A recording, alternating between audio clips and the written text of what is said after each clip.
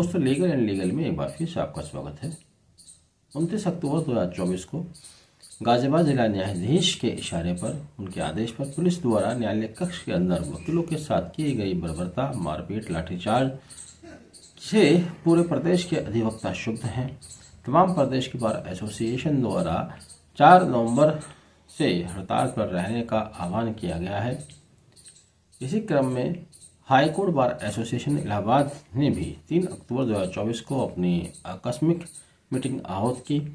Meeting में सर्वसम्मति से कुछ बिंदुओं पर निर्णय लिए गए, जिनमें सबसे महत्वपूर्ण निर्णय यह रहा कि उन्होंने कहा है कि इलाहाबाद हाईकोर्ट बार एसोसिएशन अपनी ओर से जिला जज गाजियाबाद अनिल कुमार एक्स के विरुद्ध न्यायालय की अवमानना का मुकदमा दर्ज कराएगी।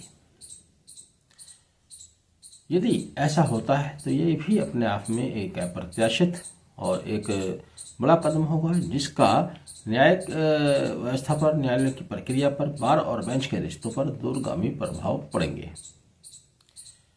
वकीलों के बीच नोकझोंक होना न्यायाधीश के साथ कोई नई बात नहीं है। न्यायाधीश और वकीलों के बीच नोकझोंक अक्सर होती है। कई बार वकील लोग गुस्से में आ जाते हैं, तब न्यायाधीश ये करते हैं कि वह अपनी कुर्सी से उठकर अपने चैम्बर्स में चले जाते हैं या उनको किसी तरह से हैंडल कर लिया जाता है।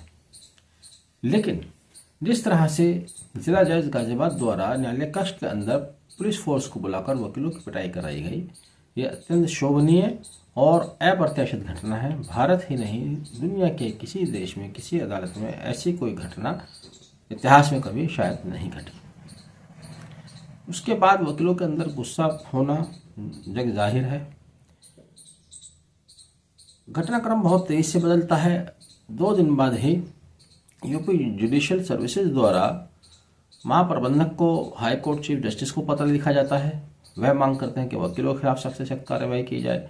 वकीलों के खिलाफ ऑलरेडी 2 FIR हो चुकी हैं। अब हाईकोर्ट बार एसोसिएशन ने निर्णय लिया है कि वह जिला जज के विरुद्ध contempt of court petition file करेंगे।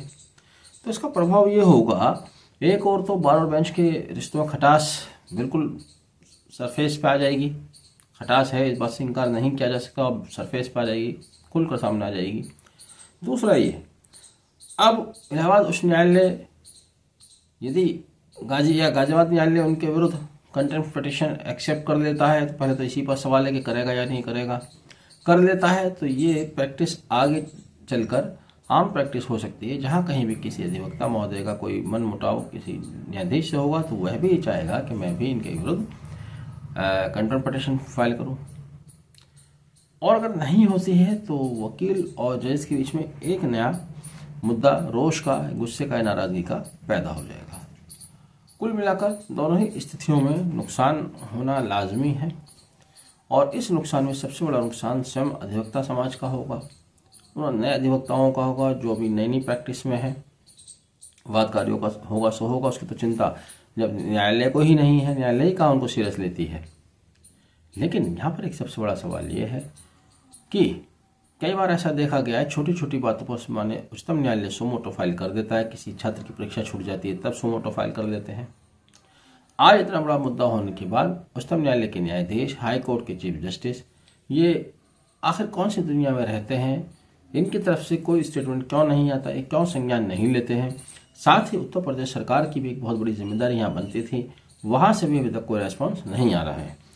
इतने बड़ी बड़ी बातें हो जाने के बाद फिर पता चला कि हड़ताल चले, महीनों चले, और तब जाकर कोई मामला सॉर्ट आउट किया जाए, सेटल किया जाए, मीटिंग्स हों, टेबल बैठे, वो मसरफ बातें हैं। वही एक्सरसाइज अगर शुरू में कर ली जाए तो जो नुकसान होने वाला है उस नुकसान से बचा जा सकता है। बहरहाल अब एक नया मूवमेंट है जो कि इलाहाबाद हाईकोर्ट बार एसोसिएशन ने लिया है, नया फैसला है। जिला जज अनिल कुमार एक्स के विरुद्ध कंटेम्प्ट पिटीशन फाइल की जाएगी। उन्होंने ये बाकायदा प्रस्ताव पास किया है, लिखित में पास किया है, तो इसलिए इसमें किसी तरह का कोई शक नहीं होना चाहिए। आपने वीडियो आखिर तक देखा, thank you, have a nice day.